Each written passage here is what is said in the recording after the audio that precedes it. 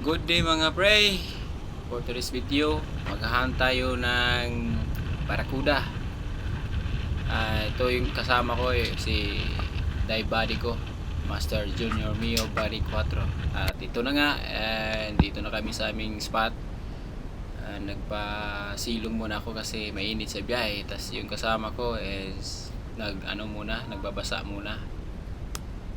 Kasi mainit, masyadong mainit sa kanyang weights. Weight suit. Yun nga paglipas ng ilang minuto lumusong na kami sa tubig para magprepara. At itong kasama ko tapos na rin siyang mag-prepare ng kanyang gamit at nagdasal ng may taimtim para sa pag-dive kasi di naman talaga kasi madali ang pag-dive, buhay ang nakasalalay, kaya kailangan talaga na guidance ng may kapal. Ako din tapos na din, kaya ready to fight na. Ayun na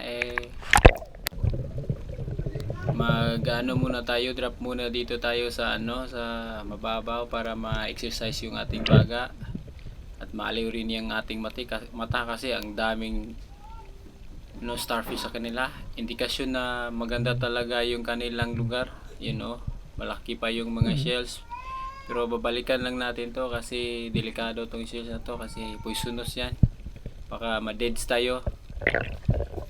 Ayun na, at simulan na natin yung pag-drop. Di muna tayo mag-i-expect na mayroon andito yung ating hinahanap kasi bahura rin kasi ito, kaya baka sakaling mayroong ibang isda dito. Kung wala naman drop ulit. Yun, at medyo may kalakasan yung current kaya hindi ako pumagitna, doon ako sa gilid. Ang hirap kasi ang lakas ng current niya, ang agos, hindi madali. In-enjoy ko na lang yung aking mata kasi parang naman, first drop ko din to. Di pa tayo masyado palalim kasi first drop pa nga lang. At yun na, umahon na lang para kasi wala kasing isdang matitira makukuha.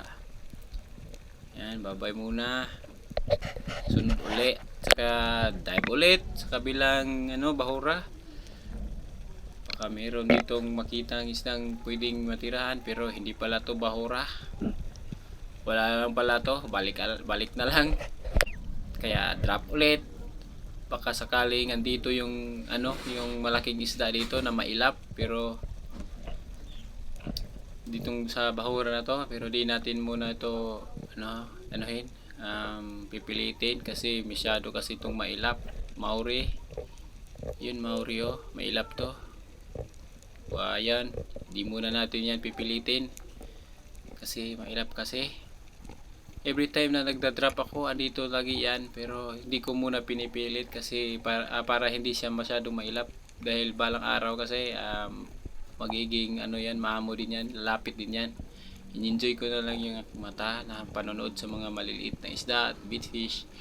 Baka mayroon din namang matitira, kaso wala, ahon na lang tayo. Ayun na nga, drop ulit pero mailap yung maliit na lapu-lapu. Wala ulit. Yun, drop na ulit tayo. Drop lang ng drop. Dito na tayo sa spot ng mga barakuda. Hanapin natin yon sa mga bahurang ito, pero wala pa rin, hindi pa rin nagpapakita. Nahihirapan, mas struggle kasi ang lakas ng current, grabe. Hindi ako pumapagitna sa bahura, andito lagi lang ako sa giliran. Sige na lang, nagbabaka sakaling lalapit yon. Enjoy ko na lang yung aking mata, baka mayroong grouper or kahit or king mac kasi ang daming bitfish kasi. Enjoy ko na lang yung moment. Yan, may laki pang pagong turtle. Yun na nga, kaya wala talaga. Ahon uli. Enjoy ko na lang yung aking mata.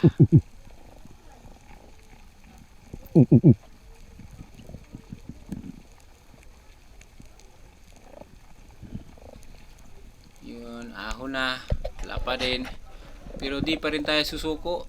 Kahit malakas yung current. Drop lang ng drop. Ito dito, medyo malalim-lalim to dito. Drop ulit tayo. Baka dito yung hinahanap natin. Kasi ganito naman talaga yung parating ginagawa ko pag ito yung hinahunt. Laging drop lang ng drop. Kaso baka kahit ano, kahit creepy yung lugar, kahit medyo nakakatakot kasi makulimlim. Tapos medyo madilim sa ilalim kasi ano siya, parang may fog dun sa ilalim kasi. Ahon ulit, ahon na. Pero wala pa rin talaga. Pero di tayo susuko. Ang dali kasi nating maano dito, hihingalin kasi ang lakas ng current talaga. Pero balik pa rin tayo at sadyang biglang ayun na nga, nagpakita na, ang dami. Long time no see, kahit isa lang. Sure lang ng pagtira at boom! Ayun, sa pool. Blessings na din. Sana dito makawala. Hindi, kahit natamaan, di ko pa rin masasabi na akin na kasi hindi ko pa nahawakan. Wala pa sa aking lalagyan. Kaya hindi ko pa masasabi na akin pa to. Sana pagpalain para sa atin talaga to. Medyo struggle pag ganito, malakas yung hangin. Malakas yung hangin, malakas yung current, tapos medyo malalim, may weights ka pang mabigat, saka yung isda din mabigat din, kaya dito talaga hihingalin ka talaga kasi marami kasing mabigat sa iyo. Yan. Ayun, goods na, almost na din. Ayun, yan masasabi ko na ang akin na talaga yan. Yes, 5 kilos mahigit. Okay na din for today. Di na rin lugi sa biyahe. At saka goods na. Yan, sure natin hawakan para hindi talaga makawala. Tuhugin natin yung bandang sa utak niya para mamatay siya agad. Yan, sure na yan. Sayang kasi pag makawala ito lang yung isda natin. Yan, tuhugin natin sa bibig para sure na hindi makawala, baka bigla kasing mabuhay, makagat yung ating yung ating mga pangtali. Yung tali ko sa buhay is tangsi lang or nylon. Natin to. Yan, i-secure natin to. Itali natin ng maigi. Kasi ang liit lang ng aking lubid, yung kulay yelo. Kaya maliit lang, kaya tali natin para sure is nag-iisa lang naman tong isda natin. Yan, goods na din for today. Woohoo!